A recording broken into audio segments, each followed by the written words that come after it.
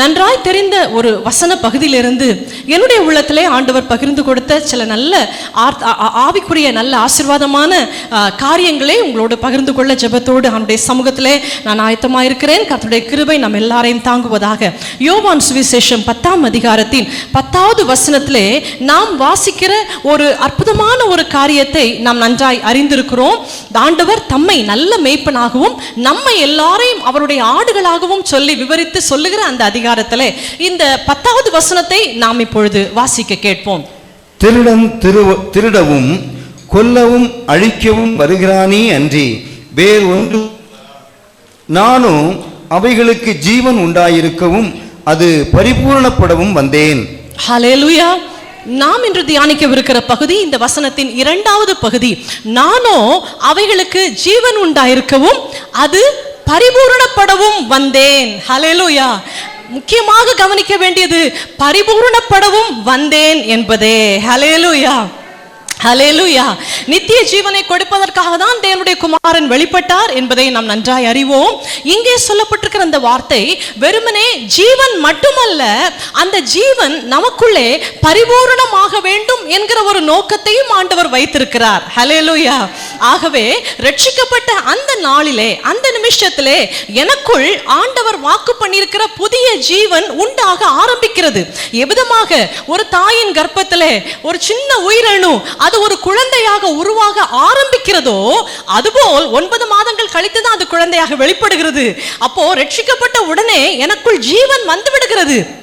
அந்த ஜீவன் பரிபூரணப்பட வேண்டும் என்று சொல்லி ஆண்டவர் எதிர்பார்க்கிறார். ஹல்லேலூயா, ஆமென், ஹல்லேலூயா.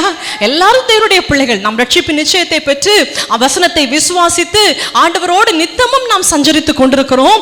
நாம் கவனிக்க வேண்டிய இந்த நாளிலே கர்த்தர் நமக்கு குறிப்பிட்டு காட்ட விரும்புகிற ஒரு காரியம் என்ன? நமக்குள் இருக்கிற அந்த ஜீவன் பரிபூரணமாகிறதா என்பதை நாம் சோதித்து பார்ப்போம். ஹல்லேலூயா. கர்ப்பமான நாள்ல இருந்து டாக்டர்ஸ் என்ன செய்யறாங்க? ஸ்கேன் பண்ணி வளர்ச்சி நன்றா இருக்கிறதா, இத்தனை வாரங்களுக்கான வளர்ச்சி இருக்கிறதா, அதுல ஏதாவது பிரச்சனை இருந்தா உடனே திரும்ப ஒரு ஸ்கேன் சொல்லுவாங்க, கவனிப்பாங்க. அது செய்ய வேண்டிய காரியங்களை செய்து அதை கண்காணிக்கிறார்கள். காரணம் என்ன? வளர்ச்சி இல்லை என்றால் அங்கே ஜீவன் இல்லை என்று அர்த்தமாகி விடுமே. ஆகவே ஜீவன் இருக்க வேண்டும். ஜீவன் இருந்தால் வளர்ச்சியும் பரிபூர்ணமாய் இருக்கும். ஹல்லேலூயா. எவ்வளவு நல்ல ஆகாரம் சாப்பிட்டு பார்த்து சாப்பிட்டு அந்த ஸ்திரீ தன்னுடைய குழந்தைக்காக எல்லா காரியங்களையும் செய்தாலும் அங்கே ஜீவன் இல்லாவிட்டால் வளர்ச்சி இருக்காது. ஹல்லேலூயா. தேவனுடைய ஜீவன் அவர் நமக்கு கொடுத்திருக்கிறார். அந்த ஜீவனை பாதுகாத்து அப்போஸ்தலனாகிய பவுல் தீமோத்தேயுக்கு சொல்லப்படுவது போல, தீமோத்தேயுவே உன்னிடத்தில் ஒப்புவிக்கப்பட்ட அந்த நற்பொருளை நீ காத்துக்கொள்வாயாக. ஹல்லேலூயா. எனக்குள் கொடுக்கப்பட்டிருக்கிற ஆண்டவருடைய ஜீவனை நான் எப்படி பாதுகாக்கிறேன் என்பது மிகவும் முக்கியமான ஒரு காரியமாய் இருக்கிறது. ஆமென், ஹல்லேலூயா.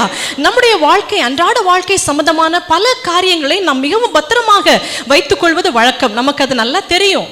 பீரோல என்னென்ன வச்சிருப்போம்? முக்கியமான பேப்பர்ஸ் இருக்கும், டாக்குமெண்ட்ஸ் இருக்கும், பொருட்கள் இருக்கும், என்ன விலையேற பெற்றது இருக்கும், எல்லாம் இருக்கும். அவைகளை பத்திரமா இருப்பதிலே நாம் கருத்துள்ளவர்களாய் இருப்பது போல நமக்குள் இருக்கிற தேவனுடைய ஜீவன், அவர் கொடுத்த அந்த ஜீவன், அது பாதுகாப்பாய், பரிசுத்தமாய், அது தேவனுக்கு பிரியமானதாய் தொடர்ந்து வளர்ந்து கொண்டே இருக்கிறதா என்பதை நாம் சோதித்து பார்க்க கடமைப்பட்டவர்களாய் இருக்கிறோம். அப்படி சோதித்து பார்க்கல, அடிக்கடி ஸ்கேன் பண்ணல அப்படின்னா என்ன அர்த்தம்?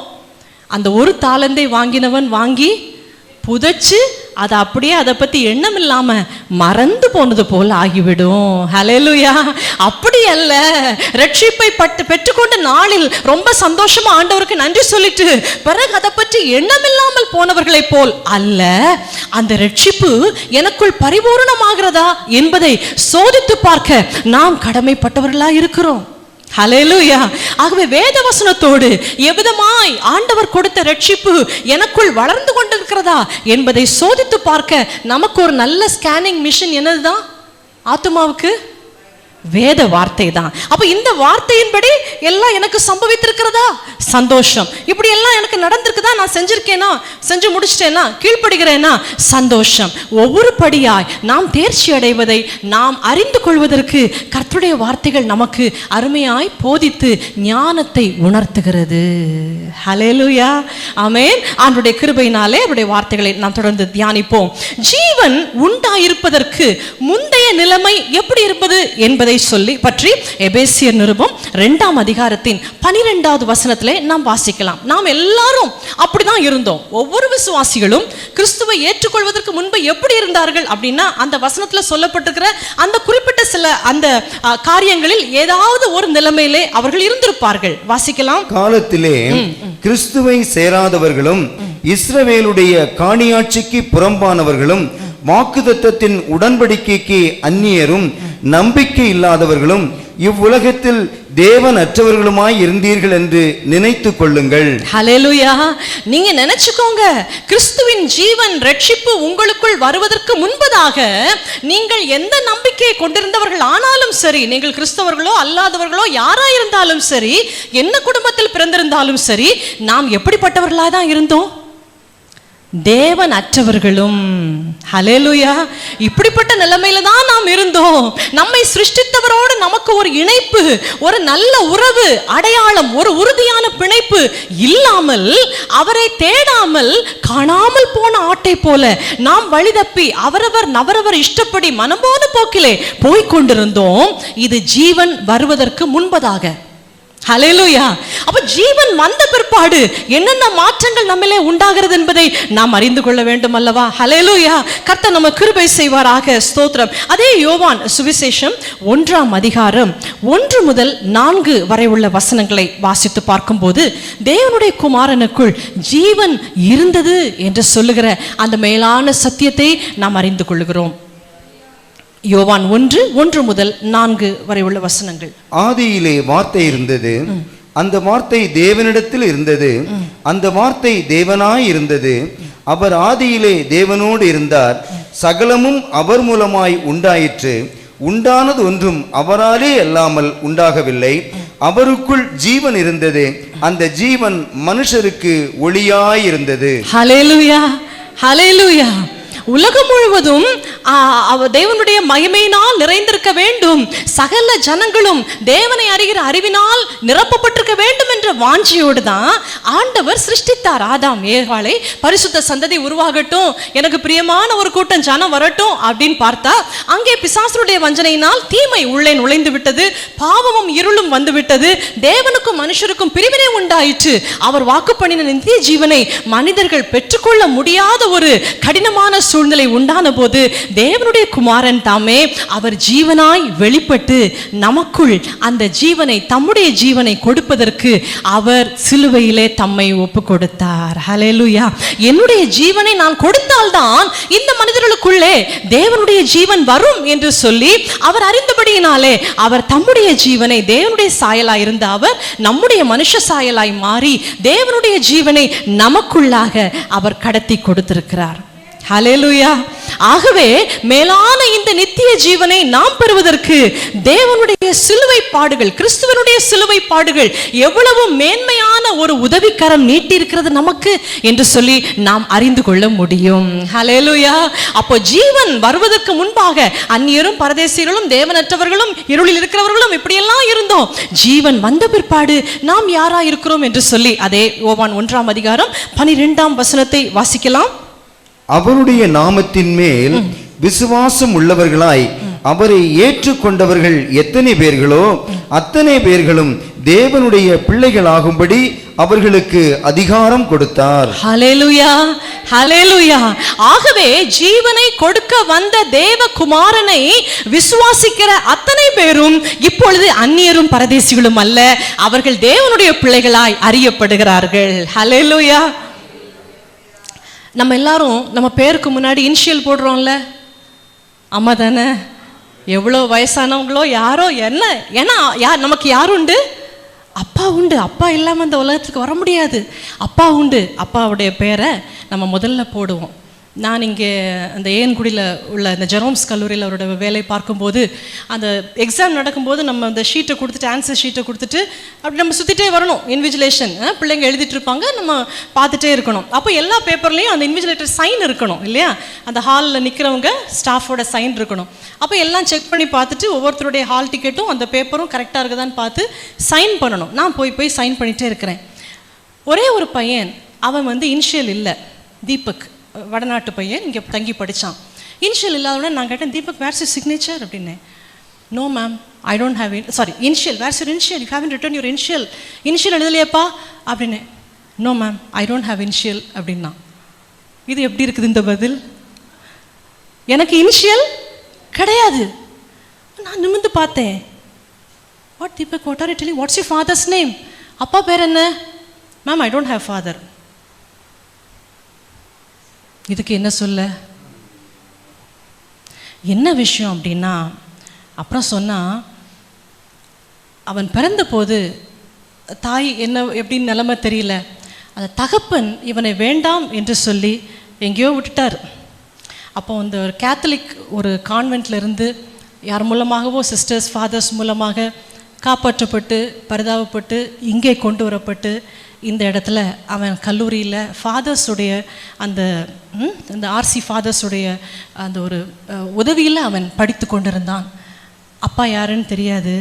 அதனால அவன் சும்மா சொல்லலை, உண்மையிலே அப்பா யாருன்னு தெரியாது, அதனால் எனக்கு இனிஷியல் கிடையாது அப்படின்னு சொல்லும்போது மனதில் ரொம்ப வருத்தமாக இருந்தது. நான் ரொம்ப ரொம்ப நல்ல பையன், ரொம்ப நல்லா படிப்பான், ரொம்ப மரியாதையாக இருப்பான். மனதுக்குள்ளே ஒரு வேதனை வந்துச்சு. ஓகே, விட்டுட்டேன். அதுக்கப்புறம் நம்ம அவங்க மற்ற ஸ்டாஃப் பார்த்துக்குவாங்க, விட்டுட்டேன். அப்போ யோசித்து பார்த்தேன், அப்பா யார் என்று தெரியாது என்கிற அந்த வேதனை எவ்வளோ பெரிய வேதனை ஒரு உள்ளத்திலே உண்டாக்குகிறது என்பதை நாம் யோசித்து பார்ப்போம். ஹல்லேலூயா. ஆனால் மாம்சத்தின்படி தகப்பன் உண்டோ, என்னென்ன விதத்தில் நம்ம அறிந்திருக்கிறோமோ இல்லையோ, எப்படி நிலைமையில் இருந்தாலும் தேவனுடைய பிள்ளைகளாகும்படி ஒரு அதிகாரம் நமக்கு கொடுக்கப்பட்டிருக்கிறது. ஹல்லேலூயா, ஹல்லேலூயா. ஒரு ஆதார் கையில் இருந்தால் எத்தனை இடங்களுக்கு போய் எத்தனை காரியங்களை நம்மால் செய்ய முடிகிறது இல்லையா? தேவனுடைய பிள்ளை என்கிற அந்த முத்திரை, அந்த அதிகாரம் நமக்கு கொடுக்கப்பட்டிருக்கிறது. ஹல்லேலூயா. ஒருவரும் அறியாத, ஒருவரும் காணக்கூடாத ஒரு பரிசுத்த நாமத்தை நமக்கென்று அவர் தரித்திருக்கிறாரே நம்முடைய நெற்றியில. ஆமென். அவர் அதை காண்கிறார், அவருடைய கண்கள் காண்கிறது. என் பிரியமே நீ ரூபவதி என்று சொல்லி நம்மை அழைப்பதற்கு அவர் நமக்கு ஒரு புது நாமத்தை கொடுத்து நம்மை தம்முடைய பிள்ளைகளாய் அவர் மாற்றி இருக்கிறார். ஹல்லேலூயா. எவ்வளவு சந்தோஷம், நாம் தேவனுடைய பிள்ளைகளாய் மாற்றப்பட்டிருக்கிறோம். ஹல்லேலூயா. தொடர்ந்து வாசிக்கலாம். ரோமர் நிருபம் 5ஆம் அதிகாரம் 17ஆம் வசனம். அதில் தேவனுடைய குமாரனுடைய அந்த கிருபை பொறுத்து நம்ம வாசிக்கிறோம். ரோமர் 5:17. அல்லாமலும் ஒருவனுடைய மீறுதலினாலே அந்த ஒருவன் மூலமாய் மரணம் ஆண்டு கொண்டிருக்க கிருபையின் பரிபூரணத்தையும் நீதியாகிய ஈவின் பரிபூரணத்தையும் பெறுகிறவர்கள் இயேசு கிறிஸ்து என்னும் ஒருவராலே ஜீவனை அடைந்து ஆளுவார்கள் என்பது அதிக நிச்சயமாமே. ஹல்லேலூயா. அருமையான இந்த வார்த்தைகளிலே நம்ம வாசிக்கிறோம். அப்போஸ்தலனாகிய பவுல் ரொம்ப அழுத்தம் திருத்தமாய் ரொம்ப விளக்கத்தோடு ஒப்புமைகளோடு எடுத்து சொல்லுகிறார். ஆதாம் ஒருவன் பாவம் செய்தான் என்று சொல்லி அவனுக்குடைய சந்ததி அனைவரும் பாவிகள் என்று கருதப்படுமானால் தேவனுடைய குமாரன் பரிசுத்தர், அவரை விசுவாசிக்கிற அத்தனை பேரும் பரிசுத்தர்கள் என்று அழைக்கப்படுவார்கள் என்று சொல்லி அந்த விசுவாசத்தினால் உண்டாகிற நீதியை குறித்து அழகாக நமக்கு விவரித்து சொல்லியிருக்கிறார் ஆண்டவர். ஹல்லேலூயா. அப்போ கிரியையினால் அல்ல, விசுவாசத்தினாலே நாம் தேவனுடைய பிள்ளைகளாய் மாற்றப்பட்டிருக்கிறோம். ஹல்லேலூயா.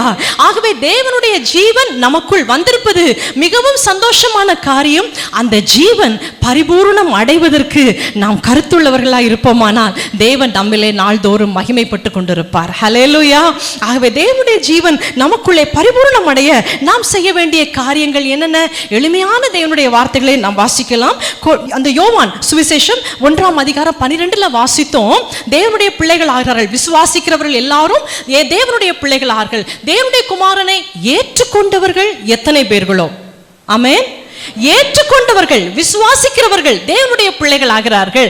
அடுத்த வசனம் சொல்லுகிறது, கொலோசையர் நிருபம் 2ஆம் அதிகாரம் 6ஆம் 7ஆம் வசனத்துல நம்ம என்ன வாசிக்கிறோம் அப்படின்னா, நீங்கள் எப்படி ஏற்றுக்கொண்டீர்களோ அப்படியே அவருக்குள் வேர் கொண்டவர்களாகி நீங்க வளரணும், விசுவாசத்துல பெருகணும் என்று சொல்லி தேவனுடைய குமாரனை ஏற்றுக்கொண்டவர்களுக்கு சொல்லப்படுகிற ஒரு நல்ல ஆலோசனை நம்ம வாசிக்கலாம். கொலோசியர் 2:6, 7 வசனங்கள். ஆகையால் நீங்கள் கர்த்தராகிய கிறிஸ்து இயேசுவை ஏற்றுக்கொண்டபடியே அவருக்குள் வேர் கொண்டவர்களாகவும் அவர் மேல் கட்டப்பட்டவர்களாகவும் அவருக்குள் நடந்து கொண்டு நீங்கள் போதிக்கப்பட்டபடியே விசுவாசத்தில் உறுதிப்பட்டு ஸ்தோத்திரத்தோடே அதிலே பெருகுவீர்களாக. ஆமென், ஹல்லேலூயா. இப்போ இருக்கிற அமர்ந்திருக்கிற நாம் அனைவரும் கர்த்தராகிய இயேசு கிறிஸ்துவை ஏற்றுக்கொண்டவர்கள். ஆமென். அதுல யாருக்காவது சந்தேகம் உண்டா? இல்லையா? நாம் எல்லாரும் கர்த்தராகிய இயேசுவை ஏற்றுக்கொண்டவர்கள். ஆகவே நாம் ஏற்றுக்கொண்டவர்கள் ஆனால், அவரை விசுவாசித்து ஏற்றுக்கொண்டோமானால் நாம் யாரா இருக்கிறோம்? தேவனுடைய பிள்ளைகளா இருக்கிறோம். நாம் தேவனுடைய பிள்ளைகளா இருப்போமானால் நாம் எப்படி நடந்து கொள்ள வேண்டும்? அவருக்குள் வேர் கொண்டவர்களாகி. ஹல்லேலூயா. அது ரொம்ப முக்கியம். அதுதான் இந்த வேர் கொள்ளுகிற அனுபவம் தான் ஜீவன் பரிபூரணமாகிற அனுபவம். ஹல்லேலூயா. மற்றபடி ரட்சிக்கப்பட்டு அந்த ஜீவனை பரிசுத்தமாய் பாதுகாத்துக் கொள்ள நாம் மறந்து அசதியா இருப்போமானால் அந்த ஜீவன் நமக்குள் பரிபூரணப்படாது. ஹல்லேலூயா. அவருடைய வருகை நாளிலே தேவனுடைய பார்வையிலே நாம் அவர் கொடுத்த ஜீவனை பரிபூர்ணமுள்ளவர்களாய் காத்துக் கொள்வோமானால் நாம் மகிமையின் மேல் மகிமை அடைவதற்கான ஏற்ற பாத்திரங்களாய் நாம் ஏற்றுக்கொள்ளப்படுவோம். ஹல்லேலூயா. ஆகவே நம்முடைய ஜீவன், கர்த்தர் கொடுத்த ஜீவனை பரிபூர்ணமாக்குவதற்காக தேவனுடைய வசனங்களிலே தியானமாயிருந்து அவர் சொல்லுகிற ஆலோசனைகளை கருத்தாய் நம்முடைய உள்ளத்திலே ஏற்றுக்கொள்ள நாம் நம்மை ஒப்பு கொடுப்போம். ஹல்லேலூயா. கர்த்தர் கிருபை செய்வாராக. அவருக்குள் வேர் கொண்டவர்களாகவும் அவர் மேல் கட்டப்பட்டவர்களாகவும் அவருக்குள் நடந்து கொண்டு. ஹல்லேலூயா. எவ்வளவு அற்புதமான ஆலோசனைகளை ஆண்டவர் நமக்குள் மறைந்திருக்கிறேன். நம்மை பார்க்கிற உலகம் இனி நம்மை அல்ல, சரீரத்தின்படி நம்மை பார்த்தாலும் மாம்சத்தின்படி நமக்கு ஒரு அடையாளம் இருந்தாலும் சுபாவத்தின்படி நாம் எல்லாரும் கிறிஸ்துவை மாத்திரம் காண்பிக்கிறவர்களாய் இருக்கும்படி அழைக்கப்பட்டிருக்கிறோம். ஹல்லேலூயா.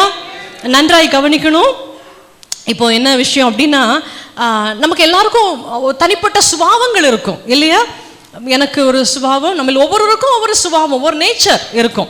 பேசுகிறது, பழகிறது, நம்முடைய காரியங்கள், நம்ம சிந்திக்கிற விதங்கள், செயல்படுகிற விதங்கள் எல்லாவற்றிலையும் வித்தியாசம் இருக்கும். எப்படி சமையல் சாம்பார் வச்சா ஒவ்வொரு சகோதரிமார் செய்கிறதும் அதில் வித்தியாசம் இருக்கும். போடுறது பொருள் எல்லாம் சேமாக தான் இருந்தாலும் அதனுடைய சுவை செய்து முடிக்கும் போது இவங்க செஞ்சது கொஞ்சம் வித்தியாசம், அவங்க செஞ்சது கொஞ்சம் வித்தியாசம், சின்ன சின்ன வித்தியாசங்கள் இருந்து கொண்டு தான் இருக்கும். நம்முடைய சுபாவத்திலும் அது இருக்கும்.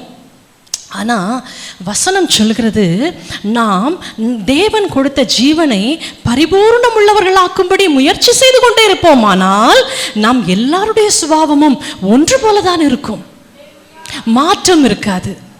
ஹல்லேலூயா, ஹல்லேலூயா, ஆமென். குரல்ல வித்தியாசம், தோற்றத்துல வித்தியாசம், எல்லாத்துலயும் வித்தியாசம். சுபாவத்தில் நாம் தேவனை மாத்திரம் வெளிப்படுத்துறவர்களாய் காணப்பட வேண்டும் என்று சொல்லி ஆண்டவர் எதிர்பார்க்கிறார். ஆமென். ஏனென்றால் நம் எல்லாருக்குள்ளும் ஒரே ஆவியானவர் இருக்கிறார். ஆவியானவர் ஒருவரே, தேவன் ஒருவரே, இரட்சகர் ஒருவரே. அப்படி என்றால் நம்முடைய சுபாவங்களும் எப்படித்தான் இருக்க வேண்டும்? சத்தமா ஒன்றாகவே இருக்க வேண்டும். ஹல்லேலூயா. எனக்கு அது ரொம்ப ஆசை. அது என்று வரும் ஆண்டவரே? நாம ஒரு பாட்டு பாடுவோம், எனது கர்த்தரின் ராஜரீக நாள் எப்போ வருகுமோ அப்படின்ற மாதிரி. இப்ப நானும் நினைப்பேன், ஆண்டவரே எல்லாருக்குள்ளும் அந்த ஒரே மகிமை எப்போ வெளிப்படுமோ? எல்லாரும் ஒன்று போல எப்போ தூங்காம வசனம் கேட்பாங்களோ? ஹல்லேலூயா. ஹல்லேலூயா. நல்ல ஆமேன். அது யார் சொன்னா அந்த amen? Brother Sivakumar brother. Hallelujah, ஸ்தோத்திரம். ஃப்ரண்ட் ரோல இருக்காங்கல்ல, ஹல்லேலூயா, விழிப்பா இருக்கிறாங்க. கர்த்தருக்கு ஸ்தோத்திரம். அப்போ தேவனுடைய சுபாவம் மாத்திரமே நம்மில் வெளிப்படுவதற்கு நாம் பிரயாசம் எடுத்துக்கொண்டிருப்போமானால், ஹல்லேலூயா, கிறிஸ்து நமக்கு கொடுத்த ஜீவன் பரிபூர்ணமாகிக் கொண்டே இருக்கும்.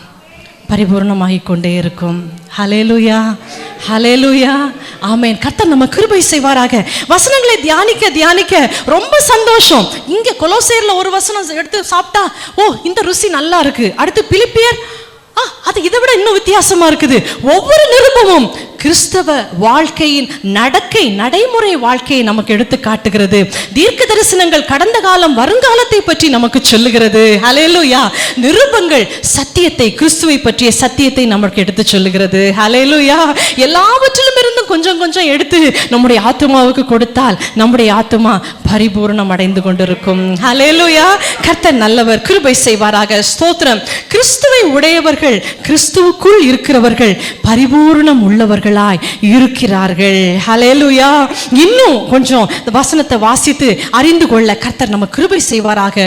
கொலோசையர் 3ஆம் அதிகாரம் 11ஆம் வசனத்தை நாம் வாசிக்கலாம். கொலோசையர், கிரேக்கன் என்றும் யூதன் என்றும் இல்லை, விருத்த சேதனம் உள்ளவன் என்றும் விருத்த சேதனம் இல்லாதவன் என்றும் இல்லை, புறஜாதியான் என்றும் புற தேசத்தான் என்றும் இல்லை, அடிமை என்றும் சுயாதீனன் என்றும் இல்லை, கிறிஸ்துவே எல்லாரிலும் எல்லாமுமாய் இருக்கிறார். ஹல்லேலூயா.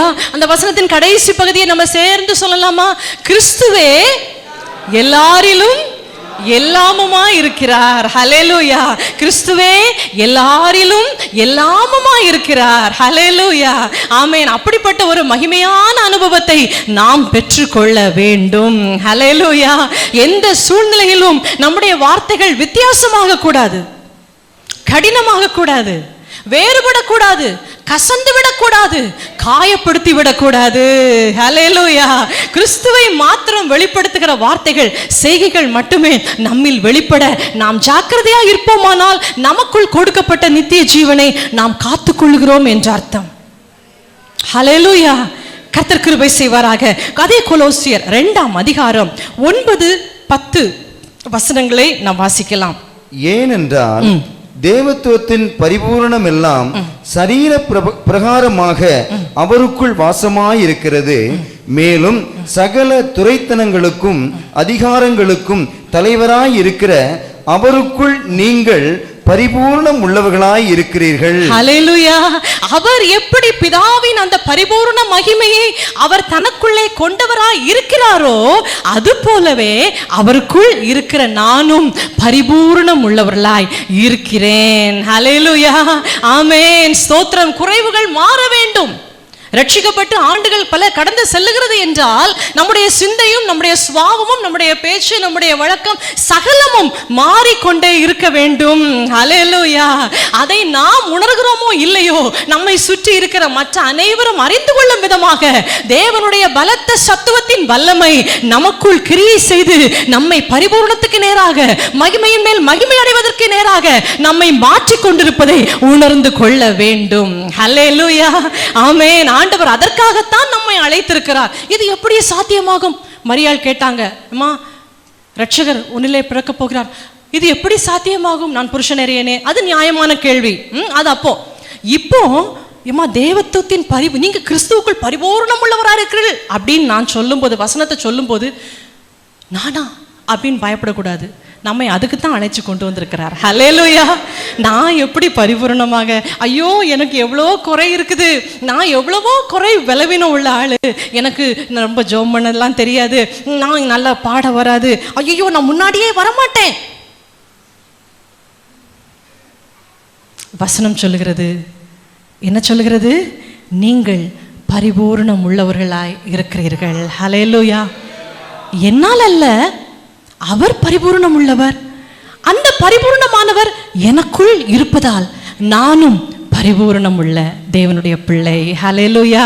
ஊழியத்துக்கான எந்த அழைப்பு வந்தாலும் தயங்கவே தயங்காதீர்கள். ஆண்டவர் ஒரு நோக்கத்தோடு உங்களுக்கு அதை சொல்லுகிறார். ஹல்லேலூயா, ஆமென். ஒருபோதும் சோர்ந்து போகாதீங்க. எனக்கு முடியாது, ஐயோ எனக்கு பழக்கமே கிடையாது அப்படின்னு எதையாவது வித்தியாசமா சொல்லாதீங்க. அதை எப்படி செய்து முடிக்கலாம் என்று பாருங்கள். ஹல்லேலூயா, ஹல்லேலூயா. கொஞ்சம் இருந்துட்டு போங்க, கொஞ்சம் இதில் பார்ட்டிசிபேட் பண்ணுங்க, பங்கெடுங்க, கொஞ்சம் இந்த ஜெபத்துக்கு வாங்க அப்படின்னு சொல்லும்போது, ஐயோ எனக்கு அதெல்லாம் பழக்கமே இல்லை, நான் அப்படி செஞ்சதே இல்லை, இதுவரை செய்ததே இல்லை, இனிமேல் செய்ய போவதும் இல்லை என்கிற அந்த சிந்தையை மாற்றிவிட்டு ஆண்டவர் என்னை பரிபூரணத்துக்கு நேராய் அழைக்க போகிறார் என்று சொல்லி முன் கால் வைத்து வருவோமானால் கர்த்தர் நம்மை உருவாக்க வல்லவர். ஹல்லேலூயா, ஹல்லேலூயா. கர்த்தர் நம்மை நிச்சயமாய் மாற்றுவார். ஆகவே நானா, என்னை குறித்தா சொல்லப்பட்டிருக்கிறது என்று அச்சம் கொள்ளவோ அவிசுவாசப்படவோ அதைரியப்படவோ தேவையில்லை. கர்த்தர் நம்மை பரிபூரணத்துக்கு நேராக அழைத்து செல்ல ஆயத்தம் உள்ளவராய் இருக்கிறார். ஹல்லேலூயா. இதுல இப்ப பிரச்சனை என்ன அப்படின்னா, நான் இந்த பரிபூரணத்துக்கு நேராக போக வாஞ்சிக்கிறேன் என்று சொல்லுகிற அந்த மனநிலை நமக்குள் இருக்க வேண்டும். ஹல்லேலூயா. எனக்கு தேவை என்று சொன்னால்தான் நான் அதை பெற்றுக்கொள்வேன். எனக்கு ஏற்கனவே இருக்குதுன்னு சொன்னா நான் இதை என்ன செய்ய மாட்டேன், செவி கொடுக்க மாட்டேன். ஒரு அனௌன்ஸ்மெண்ட் கொடுக்குறாங்க, இதை வாங்காதவங்க எல்லாம் வந்து வாங்கிட்டு போங்கன்னு சொன்னா யார் வருவா? வாங்காதவங்க தான் வருவாங்க. வாங்கினவங்க வாங்கிட்டு நான் வாங்கிட்டேன் போயிடும். இப்போ வசனம் சொல்லும் போதும் எப்படி வாங்கணும்?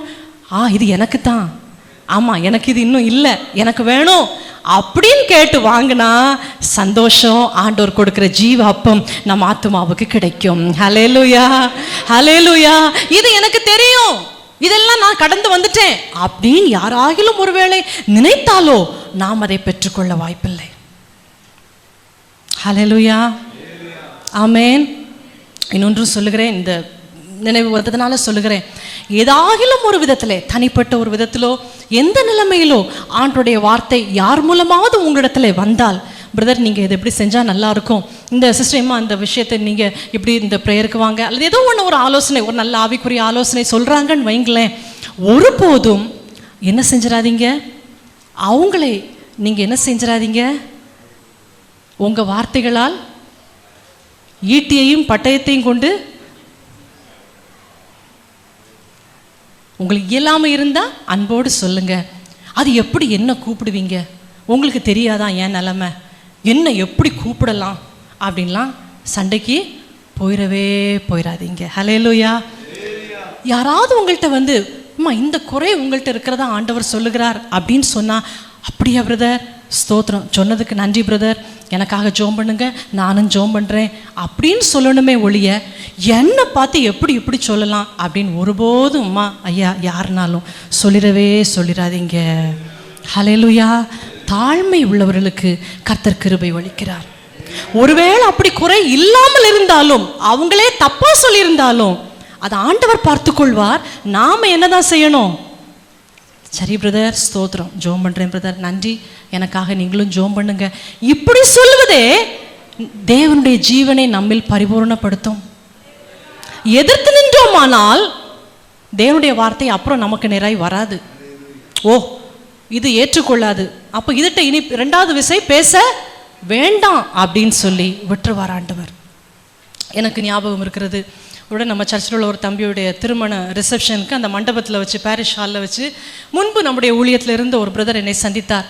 அப்போது கொஞ்ச நேரமே வந்தோடனே அவர் சொன்னார், இம்மா ஆண்டவர் வந்து 2 நாளைக்கு முன்னாடி தான் உன்னை சொப்பனத்தில் பார்த்தேன், ஆண்டவர் வந்து உன்னை சில காரியங்களில் இப்படி மாற்றணும் அப்படின்னு சொல்கிறாரு அப்படின்னு சொல்லி ஒரு வார்த்தையை சொன்னார்.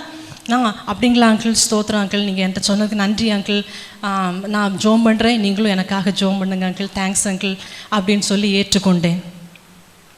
அது என்ன காரியம்னு தெரியல, ஏதோ ஒன்று நான் ஜோம் பண்ணேன், ஏற்றுக்கொண்டேன். நான் இன்றும் சந்தோஷமாக இருக்கிறேன்.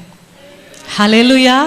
யாராவது கொஞ்சம் கடிந்து கொண்டு தீர்க்க தரிசனமாகவோ அல்லது எந்த விதத்திலையோ உங்களுக்கு ஒரு ஆலோசனையாகவோ, ஏன்னா ஆலோசனை சொல்லணும்னு சொல்லியிருக்குது இல்லை பைபிளில், அப்போ சொன்னால் நாம் எப்படி ஏற்றுக்கொள்ளணும், தாழ்மையோடும் சந்தோஷத்தோடும் நன்றியறுதலோடும் அந்த வார்த்தையை பெற்றுக்கொள்ள வேண்டும். ஒருபோதும் முறுமுறுத்து விடக்கூடாது. ஹல்லேலூயா. அப்படின்னா அப்புறம் திரும்ப ஆண்டவருடைய வார்த்தை நமக்கு நேராய் வர வாய்ப்பு இல்லை. கவனமாக இருந்து கொள்வோம். நினைவுக்கு வந்ததனால் சொல்லுகிறேன். மற்றபடி இந்த வசனத்துக்கு நேராக மீண்டுமாக நம்முடைய சிந்தைகளை திருப்தி கொள்வோம். கிறிஸ்துவை தரித்து கொண்டவர்கள் எப்படி இருக்க வேண்டும், கிறிஸ்துவை விசுவாசித்து அவரை ஏற்றுக்கொண்டவர்கள் அவருக்குள் வேறு கொள்ள வேண்டும் என்று பார்த்தோம். அவரையே நாம் தரித்து கொள்ள வேண்டும். எல்லாரிலும் எல்லாமாய் கிறிஸ்து ஒருவரே இருக்கிறார். நம்மில் தனித்தனியாய் வித்தியாசமான சுபாவங்கள், சிந்தைகள் அல்லது வீணான எந்த ஒரு காரியங்களும் வெளிப்படவே ஐயோ சத்தமா வரல, கூடாதுன்ற வார்த்தை, சத்தமா கூடாது, வெளிப்படவே கூடாது. எனக்கு அந்த நேரத்தில் திடீர்னு கோபம் வந்துருச்சு, நான் உடனே இப்படி சொல்லிட்டேன், வாய்ப்பே இல்லை. வசனத்தின்படி வாய்ப்பு இல்லை. ஒரே ஒரு ரெண்டே அல்லேலூயா தான் இந்த பக்கம். இங்க அது கூட இல்லை. இங்கேயாவது 2 அல்லேலூயா, இங்க ஆமா ஒரு அல்லேலூயா, எல்லாருக்கும் சேர்த்து ஒருவர். சரி அல்லேலூயா.